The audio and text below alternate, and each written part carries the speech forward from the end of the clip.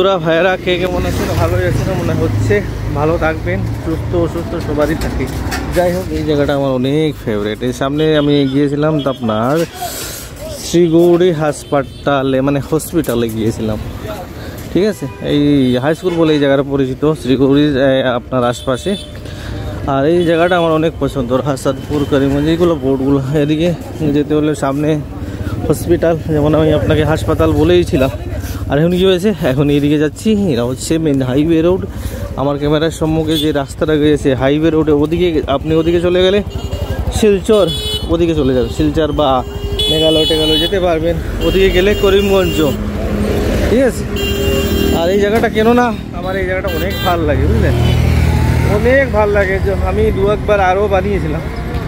সিলুটি মানুষের কেমন কেমন বলছি, মানে চেষ্টা করছি, মুখটা চুলকাচ্ছে তো চেষ্টা করছি বলার জন্য, মানে নিজেকে একটু মোটিভেট রাখতে হবে, এই জন্যই বলছিলাম আর কি, দেখাচ্ছিলাম। এই যে শিলিগুড়ি হায়ার সেকেন্ডারি স্কুল, আমার মনে হয় হাই স্কুল বলে এই জায়গাটার নাম। এই স্কুলের মানে ভিত্তিতে বলা হয় বা এই স্কুলের জন্যে বলা হয়, যেমন লাগছে। এনিওয়ে, এই যে দেখুন এই দৃশ্যটা, এই মনোরম দৃশ্যটা অনেক ভালো লাগে। এদিকে আল্লামা 88 Taiyabur Rahman college, Khairunnesa college, EDR senior secretary, ওই যে রাস্তার দিকে আমি আসছিলাম প্রথমে, যেখান থেকে ভিডিও বানানো আরম্ভ করেছিলাম, ওখান থেকে বললে ওদিকে, মানে ওই রাস্তাটা দিয়ে। যাই হোক, সামনে বরাক নদী দেখতে পাচ্ছেন, সামনে বাঁশের ব্যবসা চলছে, মুলি বাঁশ বলে। আর হাইওয়েটা, বরাক নদীটা ভেঙে ছড়ে একদম সুরমার হয়ে যাচ্ছে। আর মানে এই রাস্তাটা সংকটজনক অবস্থাতে আছে। যখনই বন্যা আসে, যেমন ফ্লাড আসছিল, আপনারা অনেকেই জানেন, যখনই বন্যা আসে তখন কী হয়, ফ্লাড আসে না। এদিকে যখনই ফ্লাড আসে তখন এটা একটু সেন্সিটিভ হয়ে যায় এই রাস্তাটা, যেমন হাইওয়েটা। ওদিকে রাস্তা মানে হয়, এদিকে এই যে দেখুন, এটা কি বালু দেওয়া হয়েছে বস্তা ভরে ভরে। এই বন্যার সময় দেখুন ফাটল দেখেছেন, কেমন কেমন করে ফাটল দিয়েছে। আর যদি আমি দেখাই, একটু জুম করে নিই, তাহলে আপনারা দেখতে একটু সুবিধা হবে।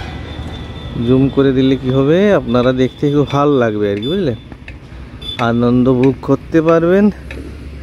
জলটা একদম শুকিয়ে তোলায় গিয়েছে নিচে, মানে শুকিয়ে, মানে ফ্লাড তো নয়, এখন পরিবেশটা ভালো, বা এখন বৃষ্টি তো হচ্ছে না। আর এই যে নোংরা কাদাগুলো, আবর্জনাগুলো কেমনে করে এখানে, এই যে আপনার থালা বাটি, এই সেই পার্টি সার্টি করি না আমরা, যখনই আমরা বার্থডে করি, বিয়ে বাড়ি কী করি, এন কোথায় কই ফেলে দিই সেটা আমাদের জানে না, মানে কেয়ারলেস করি আমরা, এটা দিয়ে মতলব রাখি না। দেখুন এই যে এগুলো কাদাগুলো কোথায় যাবে, কি হবে, সেটা বেশি আর মাথা আমার আর ঘামাবো না, এগুলো নিয়ে। যাই হোক, এই যে বলছিলাম, এই যে দেখুন বস্তার মধ্যে কি, আমি একটু চড়ে দেখি, কি জানি বালু না কি জানি না। তো যখন বন্যা হয়েছিল তখন মনে হয় দেওয়া হয়েছিল, মানে এই যে জলটা বা পাটটা ভেঙে না যায় তাই বলে দেওয়া হয়েছিল মনে হচ্ছে। যেটাই হোক না কেন, এখানে দেখুন এই যে পেয়েছি জল জীবন মিশন, বা আমাদেরকে বলে ওয়াটার সাপ্লাইয়ের জলগুলো এমনি করে মেশিন থেকে গড়ের মতো, মানে সবাই জানা আছে, আমি আর এটাকে নিয়ে আর কি বলবো, এমনি আর কি বানানো আছে। এই ঠিকঠাক হয়ে গেল। আর একটু মানে ভালো লাগছে, কেননা যখন দেখিয়েছি ডাক্তার বললো বেশি তো মানে এমন কোনো অসুবিধা নেই, সেটা ঠিক হয়ে যাবে আরামসে, তাই আর কি, বুঝলেন। এখানে কিছু কাজ হচ্ছে, ওই যে বিশুদ্ধ জল, শুদ্ধ জল, ভালো জল, এটা থেকে কি করা হয়, ওয়াটার সাপ্লাই পিএইচই, মানে যেখানেই পিএইচই ডিপার্টমেন্টের ওয়াটার সাপ্লাই থাকে না, ওখানে বড় বড় ট্যাঙ্কিগুলো আছে, ওখানে জল জমা করে ওটার মধ্যে দাওয়াই সাওয়াই মেরে কী করে ওষুধ দিয়ে জলটা সাফা করে দেওয়ার পরে তারপরে জলটা ছোটো ছোটো পাইপের মাধ্যমে বিতরণ করা হয়, যেটা আপনারা সবাই জানেন। আমি এখানে আইনস্টাইন বলতেও চাইছি না, আমি ওদিকে সিধা চলে যাব, আমার মঞ্জিল ওদিকে। একবার দৃশ্যটা একটু ঘুরে ঘুরে আপনাদের দেখিয়ে দিই কেমন। এটা হচ্ছে এটা হচ্ছে বহুত ডেঞ্জারাস জোন হয়ে গেল। এই যে বরাক নদীটা ওদিকে এসে এখানে টার্ন করছে, ইউটার্ন নিয়েছে, তাই এইদিকে মানে ঢুকে যাচ্ছে। দিন বা দিন এটা কি হচ্ছে, দিন এটা ভেঙে যাচ্ছে, এটাও একটা সমস্যার ব্যাপার। কি জানি কি হবে না হবে, আমার ওরা প্রতিনিধি সরকার যে আছে না, ওরা দেখবেন, বা আমাদেরও চিন্তার বিষয়। যাই হোক, আমার কথা ছিল কি, আমি এই দৃশ্যটা আপনাদেরকে সামনে তুলিয়ে ধরবো। এই দৃশ্যটা আমার ভালো লাগে, আর আমি ভিডিও বানিয়ে ভালো লাগে। আমি এটা থেকে আমি একটু এনার্জি পাই, মোটিভেট হই।